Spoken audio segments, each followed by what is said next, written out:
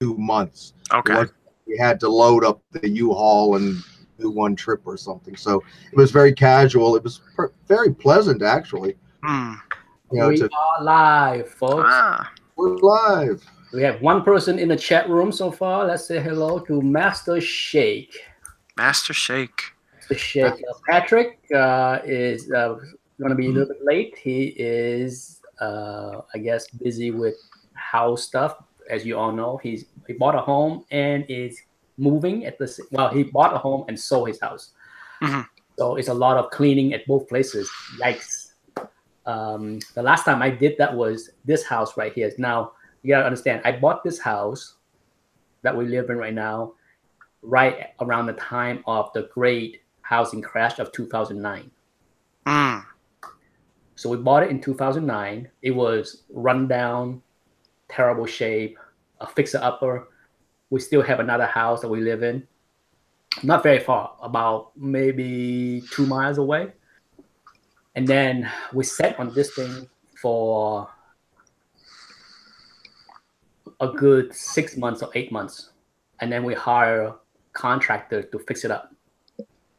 So by the time all of that done and we moved in here, it was Valentine's Day 2011. Oh, okay. Yeah, so that was our first day in this new house was Valentine's Day 2011. And then we rent out the other house for about 2 years. And then sold that in 2013. And use all that money, pay off this house. I sold a bunch of comic books, pay off the loan here, and clean and free.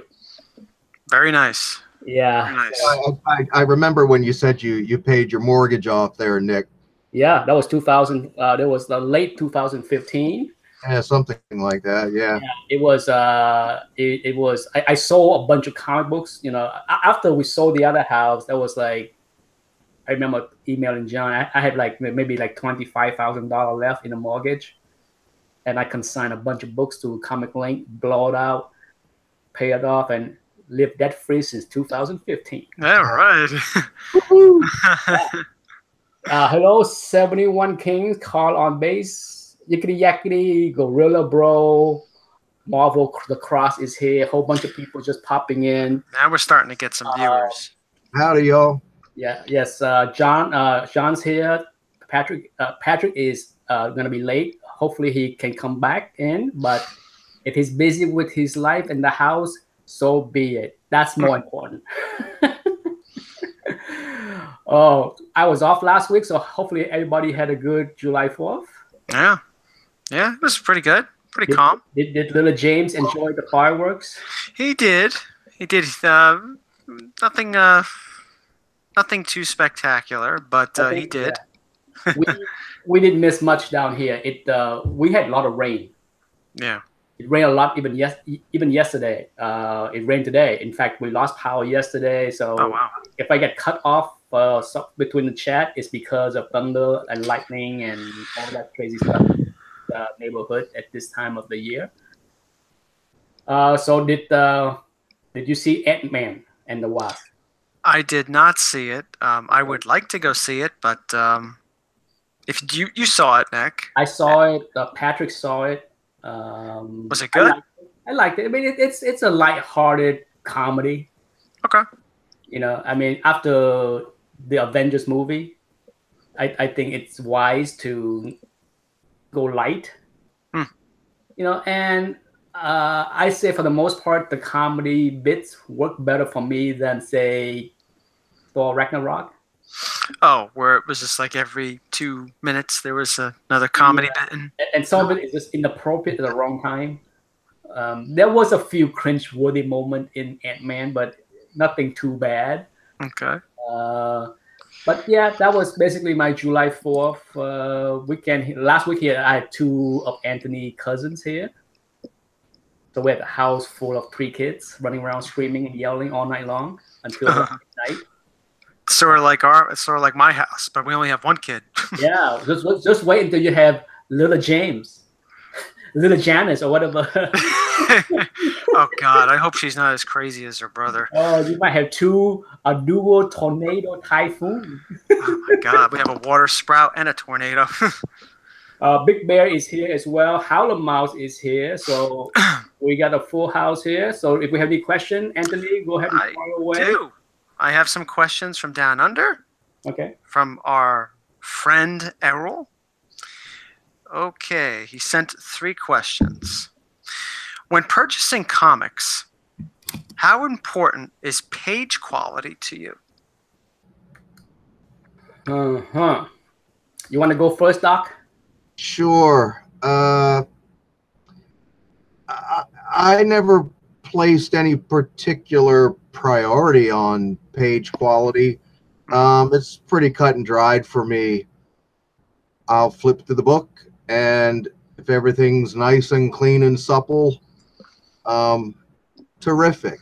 Now, you know, I never really collected that many Golden Age books, and page quality might become a greater issue when you start getting into really old material like that. But even, I suppose I was fortunate because of all the Golden Age books I ever bought, they were all blessed with decent page quality. But to answer the question, no, overall, it's not, I can't say page quality has ever prevented me from any purchases. Mm-hmm. Okay. All right. Do I like Snow White pages? Sure. I'll take it. You know, it's not going to prevent me from buying something if it's got creamed off-white pages. Absolutely. You know. It's just like, you know, how many men are going to say no to 36, 24, 36, right? It's just like white page. It's like 30, you know. It's just like, a little more shapely. You know, but hey, you know, if we had to go to a little off-white with, you know, the 32, 26, 38, it's okay. It's still good.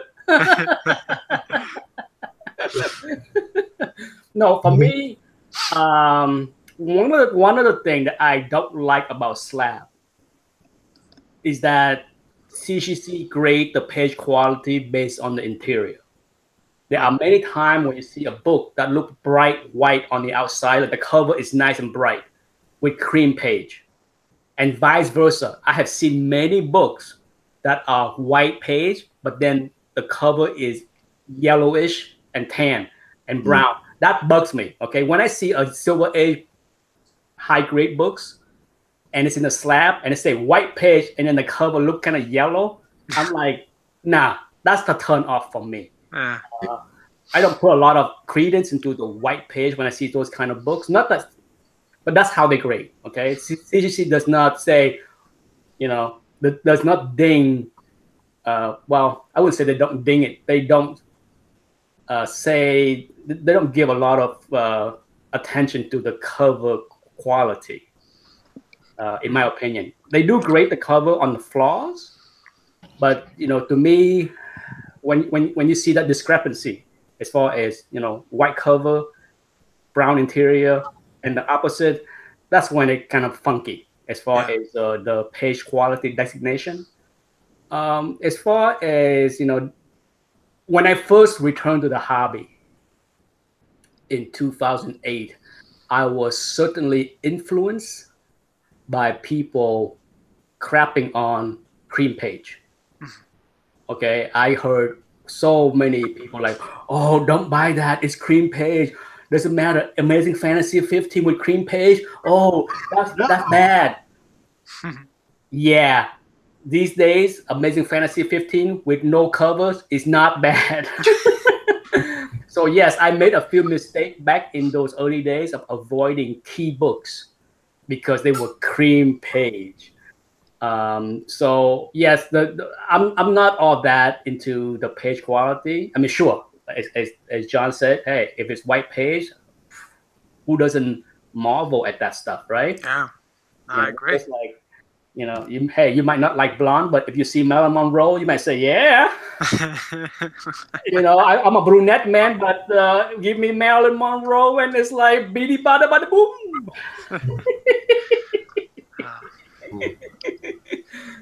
Oh, what about you, Anthony? Yeah, what about you, Anthony? I feel How the do you like same. your pages, bud? Well, I like my pages burgundy and strawberry colored. Ooh. No, in all seriousness. Exotic.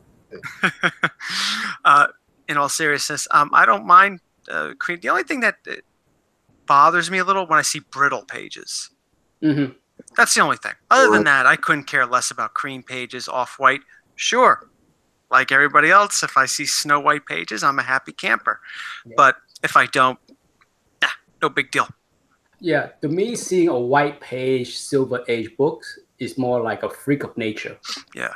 Because a lot of people have, as long as this hobby has been around, there's a lot of people that really don't understand why paper turned yellow. There's a lot of misconception, like, it turned yellow because it was not bags and board and this and that. And I'm like, that has nothing to do with it. I keep harping on the example of the Mile High collection, Pedigree, where those book was Snow White, Golden Age books that was discovered 40 plus years later. And they were not kept in bags and board and mylar and this and that, okay?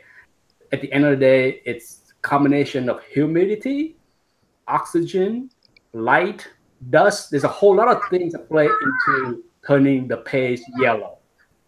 Temperature as well. And you gotta understand, back in those days, through the 30s, the 40s, the 50s, all the way through the 80s, air condition is a luxury, right? These days, since 2000 something, I don't think we can say air condition is a luxury anymore. It's almost like a given, right? So people don't live in 90 plus degree house anymore. So it's books don't age the same way they did 50 years ago or 30 years ago. So I think when I see a white page book that is in the 60s or 70s, it's definitely a marvel at the freakiness that it was able to survive the condition that people kept the books, because hey, the art that these people kept the book in cool area are light and slim. Mm-hmm. In the 70s, in the 60s, in the 50s. So when you see a 60s or 70s book that are Snow White, hell yeah, freak of nature. So, very nice. Let me check here. What as many people in the chat room would agree. Yeah, well, everybody like white page.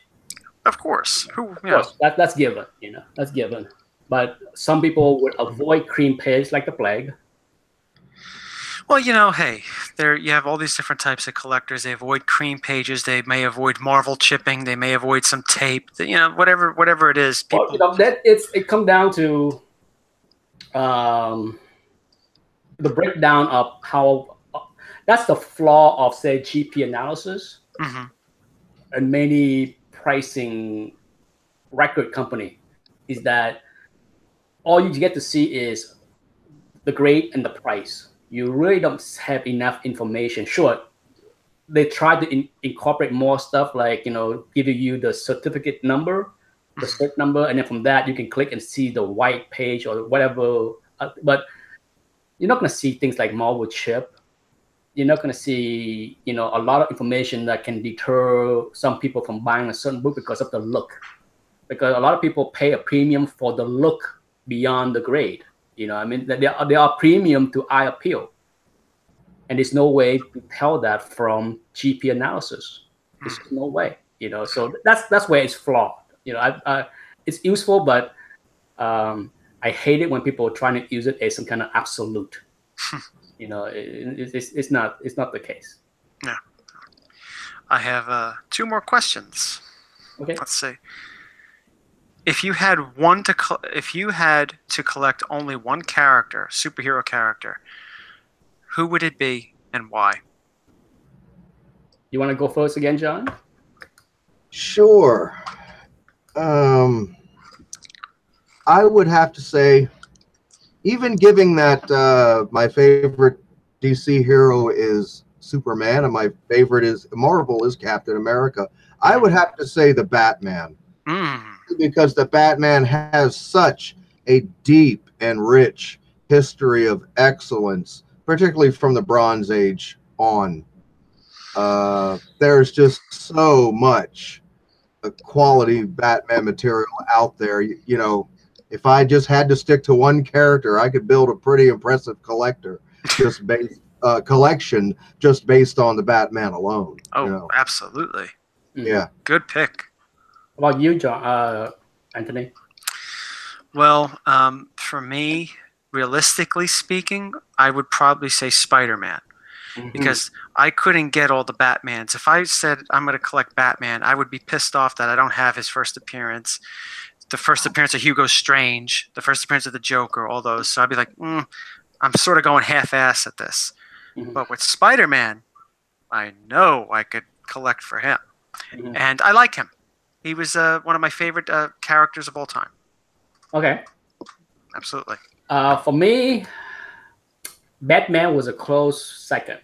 Okay, I thought about Batman before John said it, but if I had to pick just one, I would have to say Wolverine. Oh, nice. He was my, out of all of the characters that I collected in my first 2 years of collecting, I started out with Iron Man, and I buy Fantastic Four, Thor, Beta Ray Bill, the X-Men. Like I said, out of every book that I bought, and I didn't buy that many titles, my first 2 years in the hobby, I probably collected less than 10 titles. But the one character that I loved the most from the get-go was Wolverine. Just everything about him, the way he looks, his personality. Plus, I'm short, and he's short, so I kind of, gravitate to somebody that's my size. There's hope for me to be a superhero. I don't have to be 6'2" and 250 pounds. But that's how I kind of latch on. Plus, I like his personality. I like the anti-hero, the meanness, the everything about his personality is what I like. Not that I mirror myself after Wolverine. It's just that, I kind of like that personality the most out of all of the superheroes. Like, I love the Fantastic Four, but hell no would I want to be friends with Mr. Fantastic. You don't want to be the Thing either? No. Would I want to know Sue Storm? Yes. There we go again, blondes. I'm detecting a trend here. Yeah, I'm a ladies' man, Can't help it. That's going to be the theme of this show this week. But yeah, I had to say that Wolverine would be my pick, no doubt. It's an easy pick for me, but Batman would be number 2. Okay, see, John, I thought that maybe your second would be Wolverine because you're such a fan of Incredible Hulk 181. I would have thought that, that would have been a character you would have collected for. Well, I watched your video today, and I got to admit, it choked me up a little bit. I was so moved that the book, you gave it all the accolades that it just really needs and warrants, and it really choked me up. And I say this as a buyer of the book off the rack in 1973, 74. Wait. I had to throw in that, that little line I had about you in that video because I knew you would get choked up about it, John. It's okay, John. If you need some time, we'll give you some time.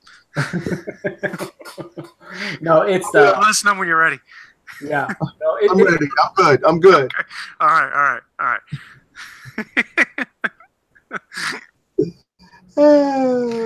I thought he was just getting choked up how bad the video was. It was a thing of beauty, man. No, it's a good video.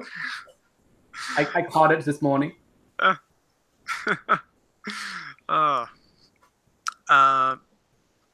me see. I have one more question. Alrighty. What was the best story you ever read in comics? That's it. Oh boy. This is a tough one. Oh wow, I'm gonna be extra boring because I'm sure I have said this many times. But for me, it's a Dark Phoenix saga. Okay. It's the one. It's the one storyline that I have reread the most in my collection. I reread those books almost yearly. In the early days, when I finally complete the set, I must have reread that thing like once a month, because I just love the art. I love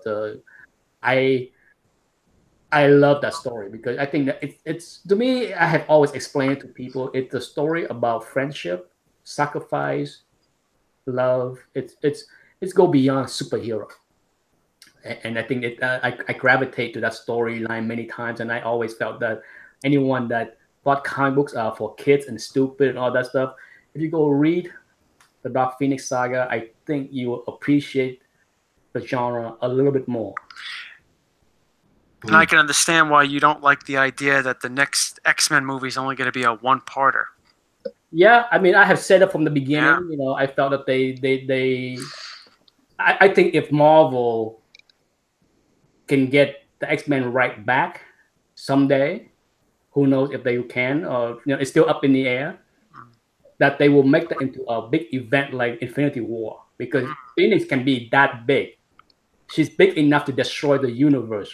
Okay, so it can be a huge event where it would take the entire Marvel team, just like Thanos.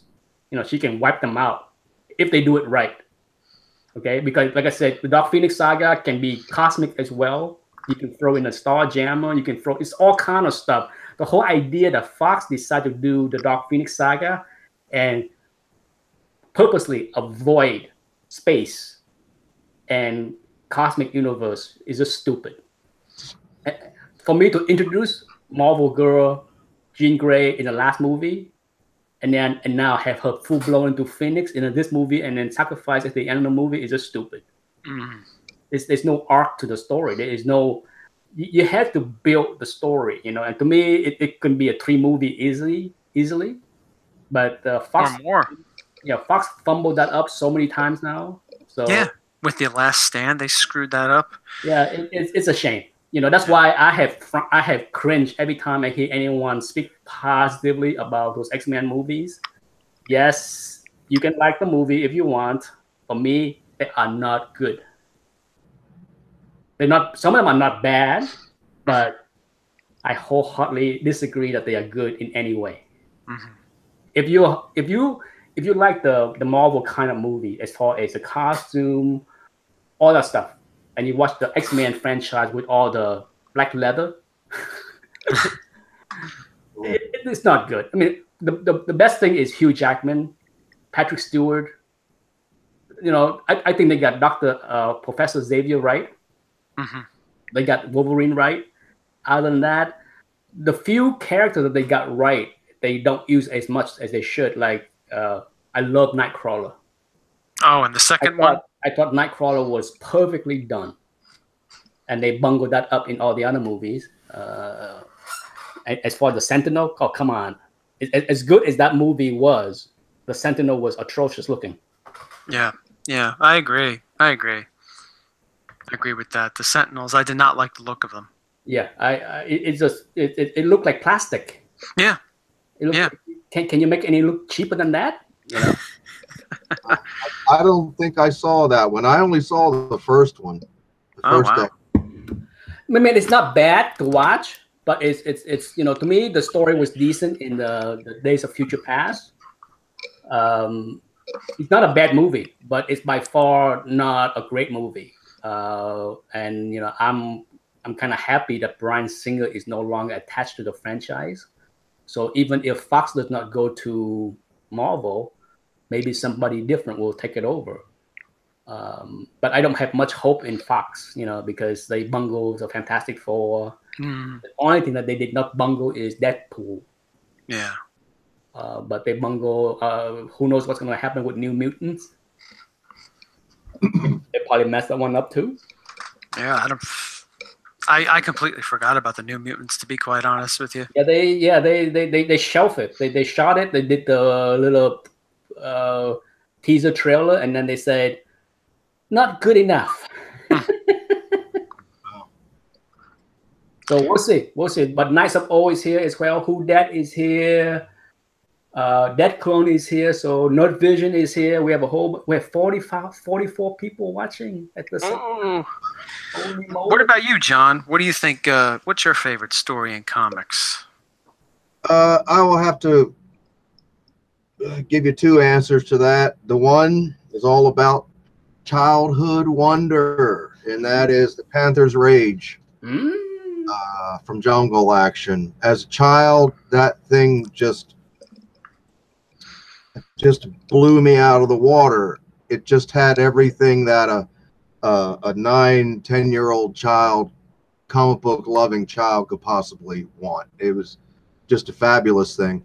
But as a grown up, well, I was a young man anyway, when The Dark Knight Returns blew the comic world apart, and things have not been the same since. And that The Dark Knight Returns will always be for me nothing's going to happen the rest of my life that is going to top just the enormity of The Dark Knight Returns. There you go. There's my two favorites all time. That's great. Very good choices because they're up there. You know, like I said, they definitely would be in my top 5. You know, for sure, Dark Knight would be in my top 5 for sure. Yeah. About you, Anthony? Well, I think I'm going to be a little boring and a little uninspired, but I have Hulk 181. Took the words right out of my mouth. No, wait. Now that I think about it, yes, I do. That should be it.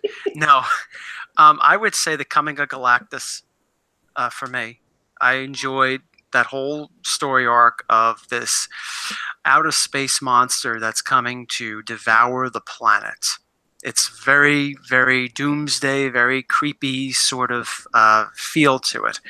And I liked how the Silver Surfer was redeemed throughout that whole process of storytelling.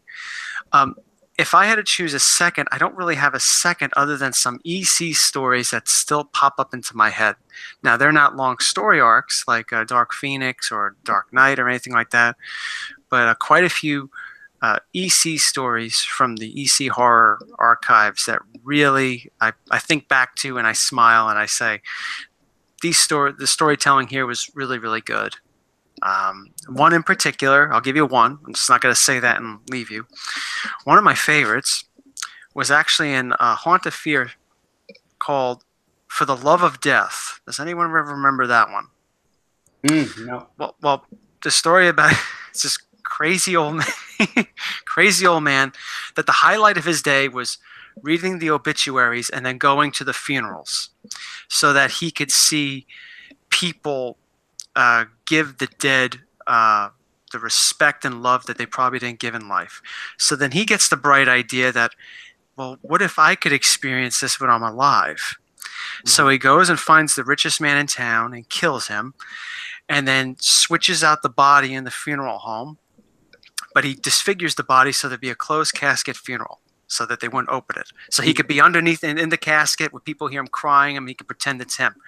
And he does that and he's tearing up in the coffin. He loves it. He's like, oh, they're crying for me and all that stuff.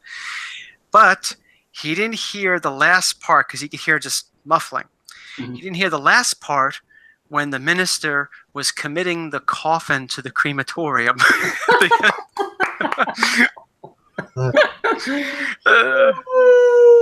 And that's the way it ended. That's good. I like that. That's it's kooky characters, and of course, something bad's going to happen to the guy at the end, and you see the coffin going into the crematorium, and that's where it ends. I like that. I like that story a lot. I think it was Haunt of Fear 23 or something like that. Okay, I gotta take a look. So on a side note, I like it that a lot of people finally email me for questions instead of using the private message that doesn't work. So do not be afraid to email me with questions. For those that have over the past 5-6 years on YouTube, I'm pretty quick at replying. That's my my that's my thing. Okay. Even when I run my own business long before YouTube, most of my clients have told me that they have never dealt with a business where the owner are so attentive. In fact, in my early days of my business, many clients compliment me that out of all the firms that they deal with, I'm the one that had no secretaries, nobody screening my call. I pick up the phone on the second ring. And they love that. They love that they can get to me quickly, get the answer. But hey, that's how I built my business in the last 22 years. But that's how I carried life. Same thing with phone, with clients, with family. I'm pretty good at that. So everyone, a lot of people that email me was like, wow, you reply so fast. I'm just like, yes, that's the way I am. A lot of people, they read the email and then they sat there for hours. I'm just like, why? What's the point? A lot of people do that. My wife is guilty of not checking email, or even if she reads it, she don't reply to it. It drives me. That's my pet peeve with my wife and her email thing. People would email her something, and then they would email me a day later. Did your wife get this? I'm just like, good God. My wife does not check her emails. Every time I look at her phone. She has no problem sitting there and texting all night long, but checking email and replying email, oh, that's a chore. My wife has 20,000 new emails on her iPhone. When you see it tells you the number. I'm saying to myself, how does your phone even function with that much unread? Yeah. Okay. So one of the questions I got during the week was somebody asked about tape removal. Okay. And I can tell you, I showed the video of me removing tape. I've done it so many times, so it's not an easy thing to do. Okay, I definitely highly recommend that if you want to try it, you need to buy yourself a very sharp scalpel. Okay, and practice and practice. Take a piece of tape it on a newspaper, because the newspaper is very gentle, very fragile, and see if you can remove that piece of tape off the newspaper, because that's the kind of skills you need to be able to lift a tape off the cover without removing color. You need to be able to navigate the blade to the point that it does not harm the newsprint, because the cover is tougher than the newspaper, but at the same time, you just have to be able to hold the scalpel at the right angle to get the job done. But you need a lot of practice. Now, can a professional do it? Absolutely. Like somebody at CBCS or CGC or CCS, CSS, whatever they want to call the name is. But I highly recommend that you send the books to them, to a pro. This is not like pressing comic books, okay? Removing tape is something that you don't want to mess around with the mom and pop people that press book in the garage. It's definitely need a professional touch. And the one thing about CGC or CBCS is they want you to mail them the book for them to, just like restoration removal.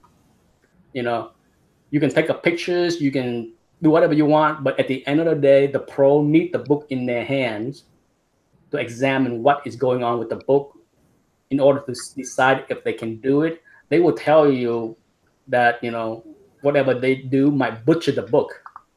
I have had this happen before, where I mailed them something.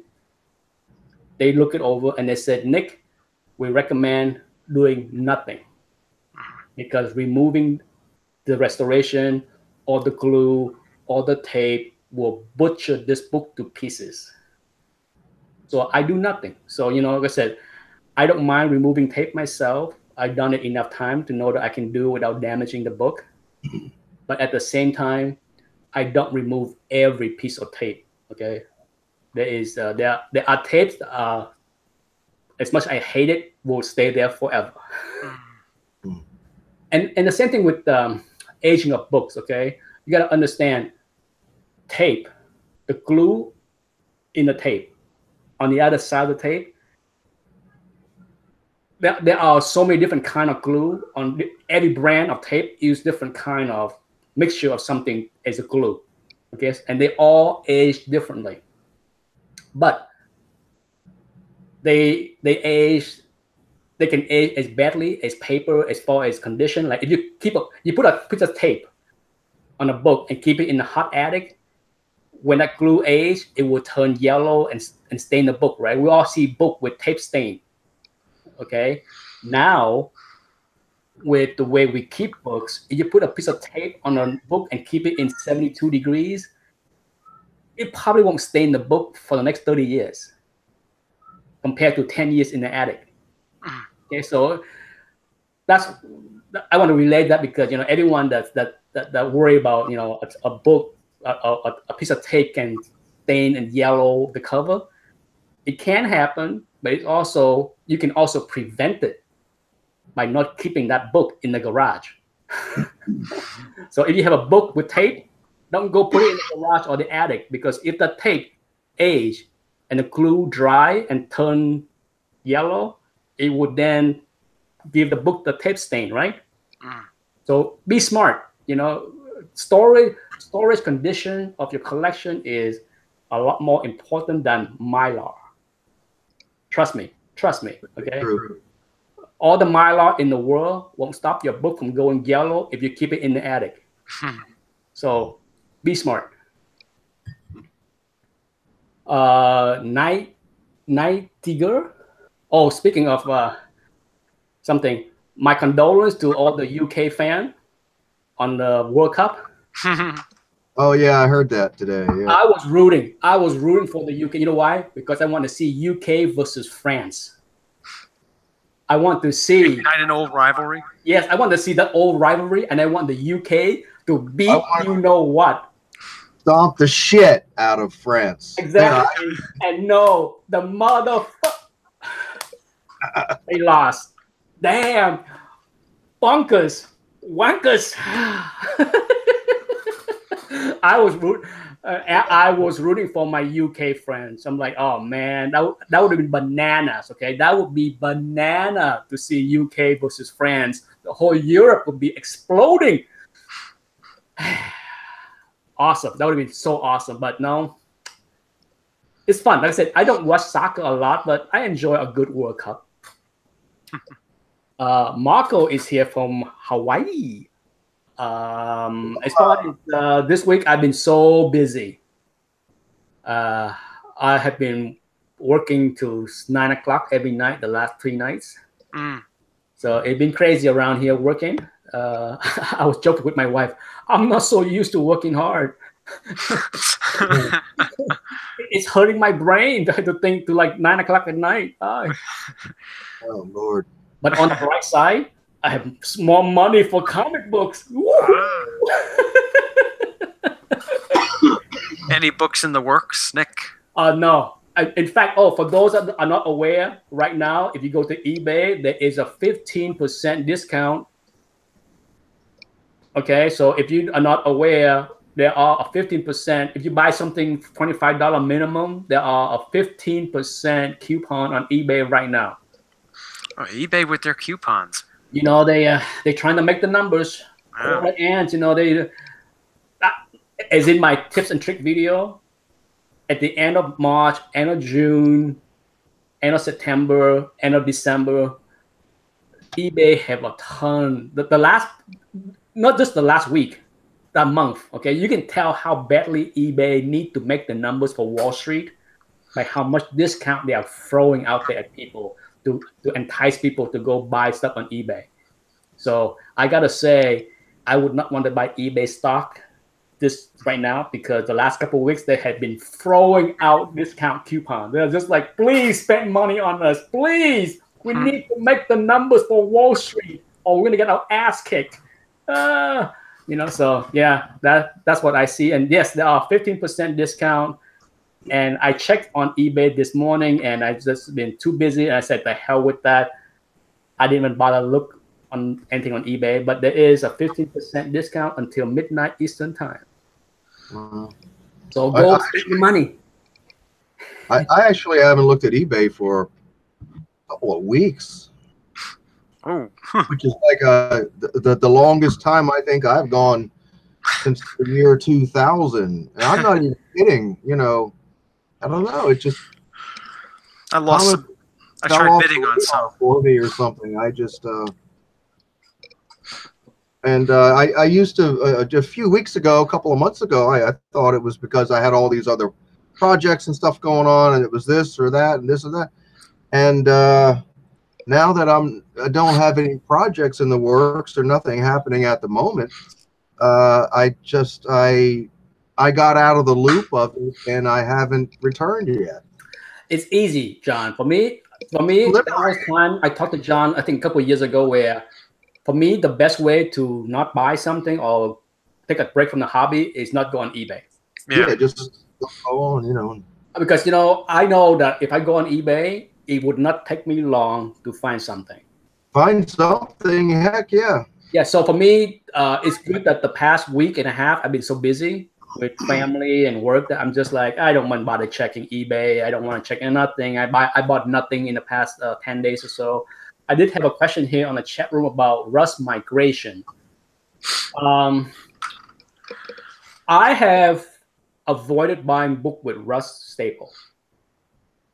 So I can't say for sure how Rust can stop migrate if we keep it in the ideal condition, like, you know, not humid, right, low humidity, cool. I don't know, you know, so I don't have enough information to say that, oh, you know, if you keep your book in XYZ condition, then the Rust migration will stop. I don't know that.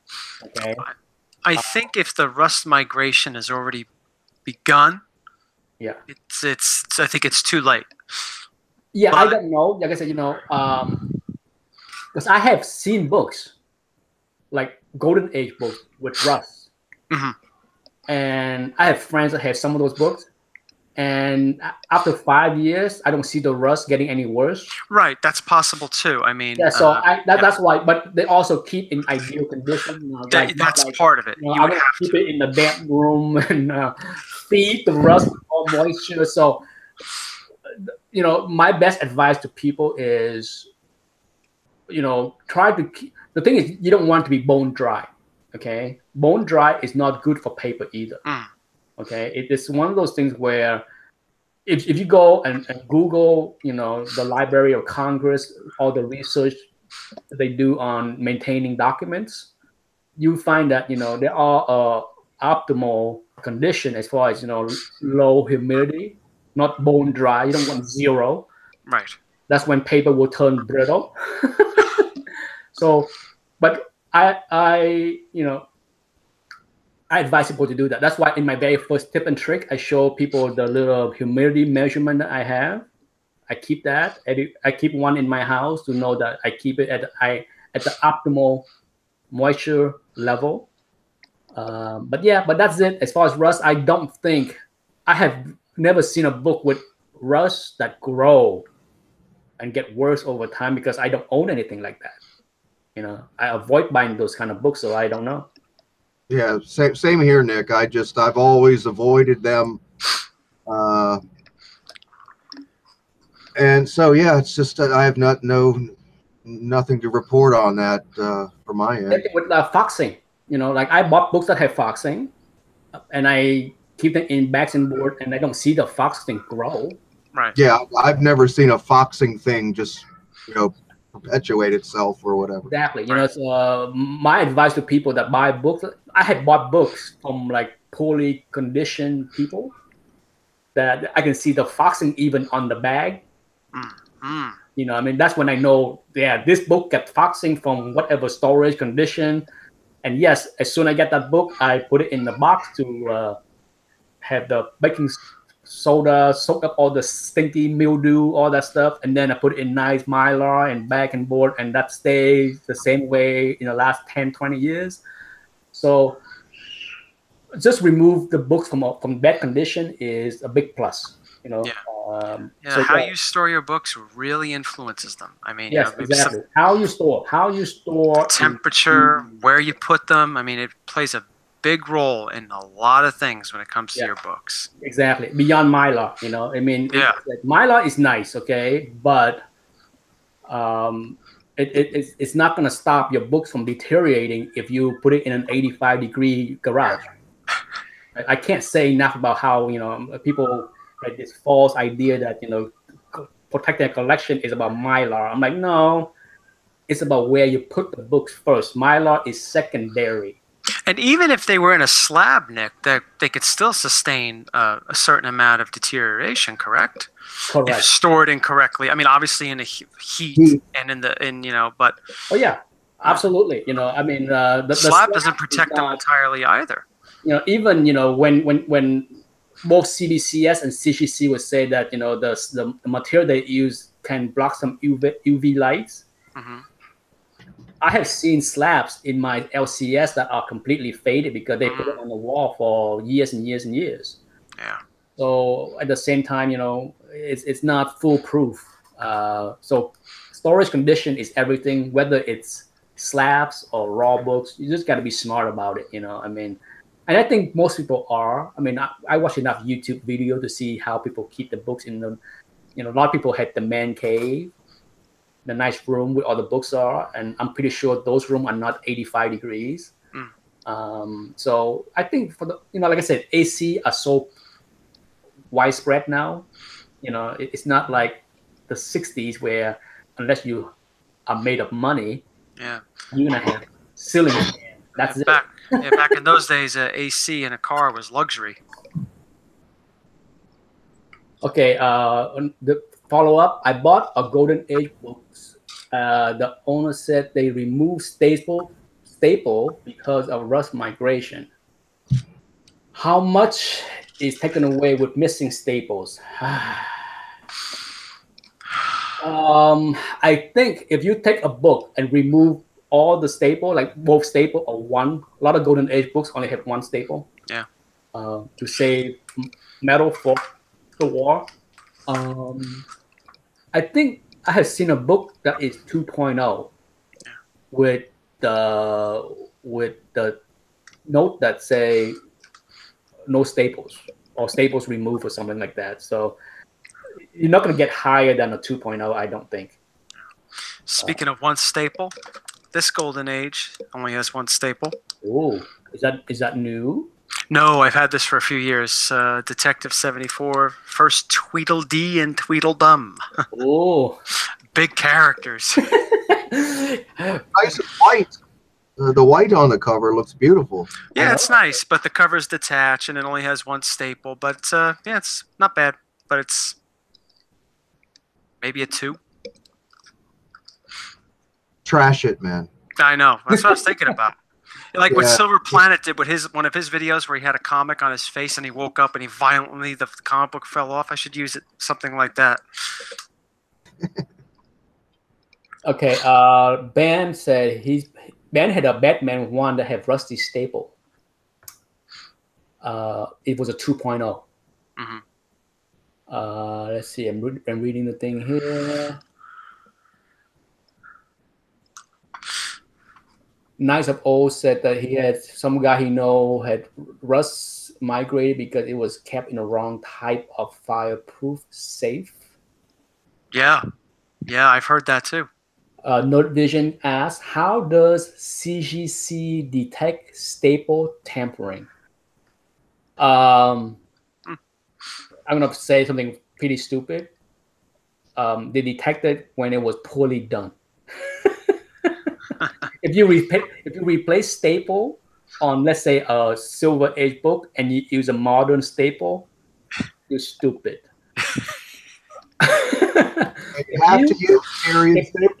If you put the staple back in a half-assed manner that does not look like the way how staples are closed in a typical book, then it might actually be a red flag. Yeah, there's a lot of ways. Maybe. Go ahead, John. No, I was affirming what Anthony said. It might be a red flag. And I said, maybe, yeah. But yes, and of course, the staples there are different sizes throughout the ages. Different thicknesses, and all there are factors there that have to be considered. Because I know way back in the day, I did a little bit of staple replacing on a few books myself, but I did it correctly. I used period staples. Yeah. I took my time. Wasn't gonna half-ass it. I did it a nice job. Yeah. And I'd like to think those books would pass through CGC with flying colors. Absolutely. I was a perfectionist with that stuff, man. Yeah, it's not an easy thing to do. No doubt, it's a lot easier to do on a low grade book because the staple area is already worn. Right. You know, it's harder to replace a staple on a near mint book because that area are still pristine, and you can put a lot of damage or stress in that area by not doing it right. So yeah, it's if you have a 3.5 book or 3.0 book, that area is pretty beat up in general, and it's pretty easy to lift the staple out and replace it with the same. You know, there's a lot of donor. Okay, the bottom line is you got to understand what staple to use. You know, it's and CGC can catch it if they pay attention to the staple. But like I said, the thing is, on high grade books, the staple are tight where the staples are. But on low grade books, as we all know, it's very loose, okay, in that area. So it's very hard for CGC to catch it if they don't. Yeah, that's a real good clarification, Nick, because, you know, of all the books, there weren't that many, but all the ones that I replaced were on kind of low to mid-grade books, you know. And for the very reason you stated, that, you know, you get high-grade books and those staples are, boy, they're in there tight, you know. Yeah. And you can't mess with simply remove them. Yeah, on top of that, like on my high-grade books, they're tight, and often they put over the many decades, they have an indent on the centerfold. Yeah. When there are the indents that are built into the centerfolds after so many years, those are really hard to mimic. Okay, so that's another way how CGC or I can catch a staple removal. If I open the centerfold and see the indent not matching with the staple, bang, no brainer. Staple has been replaced. Okay, it's a no. I don't care how well done it is. That's why the indents are that giveaway to staple removal. Not that I'm telling people to do this, but if you know how to press a book, you can remove that indents. Okay, so like I said, there are a lot of things that people can do to get around the graders at CGC or CBCS. They just don't want to tell you that. Yeah, and I have to clarify too, I'm not advocating staple replacement. And I only did it because it was just something to do, and they're books that I actually still have. It wasn't like I was trying to. This was decades before CGC, so I wasn't like I was trying to, you know, swindle anyone or try to pull anything over on anyone. It was for my own personal books. So, you know. It's supposed to be there's a big auction next month at Heritage, so I'm watching that one closely. There's a lot of Heritage always bring out the big guns, so you know, not that I'm planning to buy anything there. I hear James. Yeah, I just let him in. James, you want to say hello?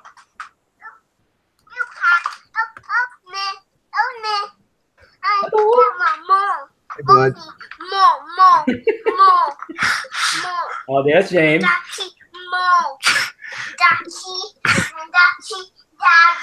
I don't know what he said. I was going to ask for a translation on that. I need one myself. Oh, that's cute. It's cute. Well, Comic Link auction for July is coming up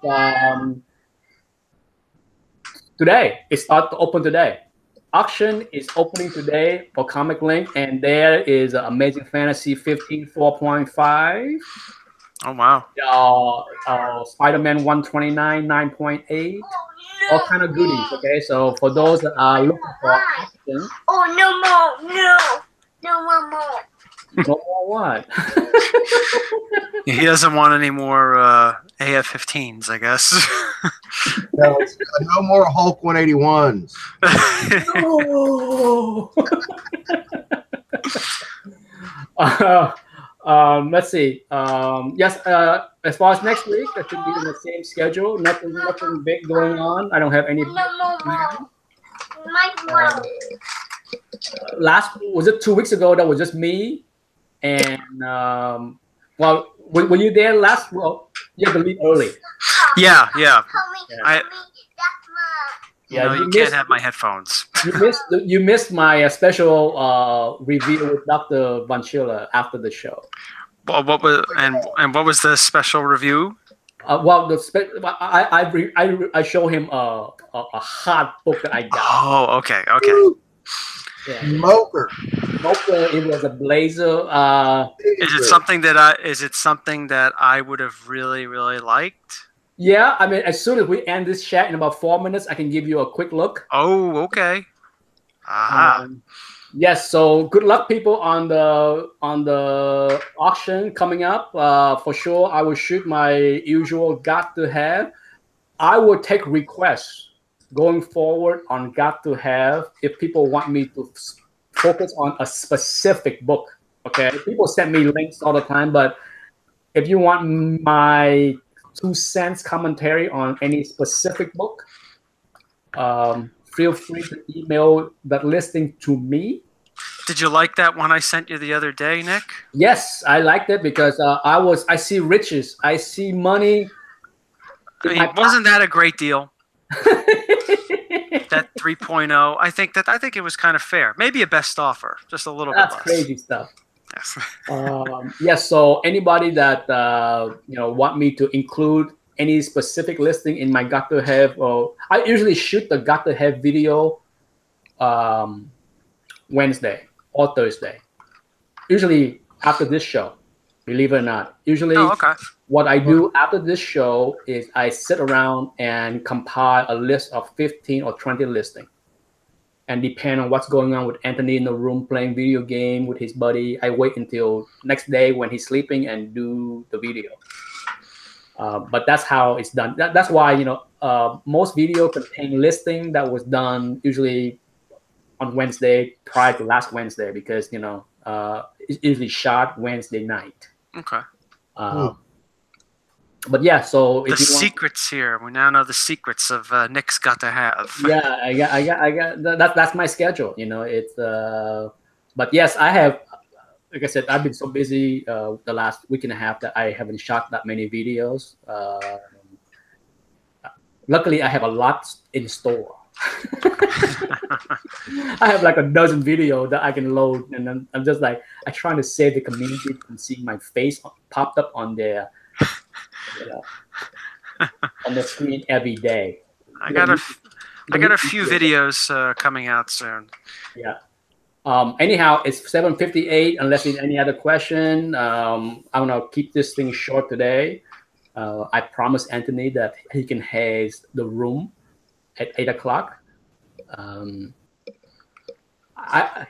He promised to stay out of the room instead of him sitting here playing all kind of noise. He stay out of the room, but then I will end the chat on time. That's democracy for you. Yeah. So thank you everybody for coming in. Hello. Thanks for watching, everyone. Yeah, thanks everyone. Thanks everybody. Thanks Doc for showing up. Too bad Patrick couldn't make it. I'm sure he's busy with the house. Maybe he will be here next week. Yes, Who Dat? It's only 1 hour. And I'm sure you can pop over and watch TiVo's show in another hour. His show is popping up in about an hour. And I'm not sure what the topic's going to be. Most likely the topic there is going to be Ant-Man and the Wasp. We've seen the movie. I recommend people to go see it. It's fun. It's kind of dumb. But that can be said with my view on many Marvel movie. Okay, it's lighthearted, turn your brain off. Sometimes being too smart is not good. It's just like, it's funny because I went to see the movie with my son and his cousins, right? And they know I'm a tough critic. So as soon as we get out of the movie theater, it's just like my nephew was just like, there is no way you can nitpick this movie. Oh, really? It's perfect. He's like, he's 12 years old. It's perfect. I'm just like, it's perfect for your little brain. Well, for 12-year-old mind. Yeah, I was being blunt to him. I'm like, it's perfect for your little brain. It is. Tell me again why you're my favorite uncle. No mercy, bud. It's funny. I'm just like, it's not. So on the way home, I start to tell him what's wrong with the movie. He's just like, yeah. I'm like, see? Your brain is getting bigger. Yeah, it's not perfect. Not that it's a bad movie, but as an adult, you will need to turn off the common sense just to enjoy the movie because there's a whole lot of nonsense there. Okay? Well, I was about 4 minutes into Thor Ragnarok, and I had the very same necessity, turn off my actual intelligence and just enjoy the ride. Well, anyhow, chat room, we gotta go. So tune in next week. Thanks, everybody. Short and sweet.